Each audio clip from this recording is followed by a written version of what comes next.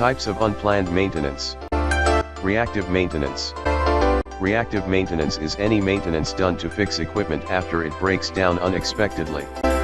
Repairs are done as a reaction to the failure and haven't been planned for. Reactive maintenance can also be called breakdown maintenance. Corrective maintenance.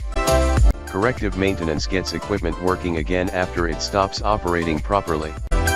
Corrective maintenance ranges from fixing a minor defect that's causing an asset to run slowly, to repairs on a machine that has completely broken down. This type of maintenance corrects unforeseen problems that haven't been planned for. Opportunistic maintenance. Opportunistic maintenance takes advantage of an unexpected stoppage in production to perform preventive maintenance on equipment or assets. Because the stoppage was not scheduled, the corresponding maintenance is unplanned.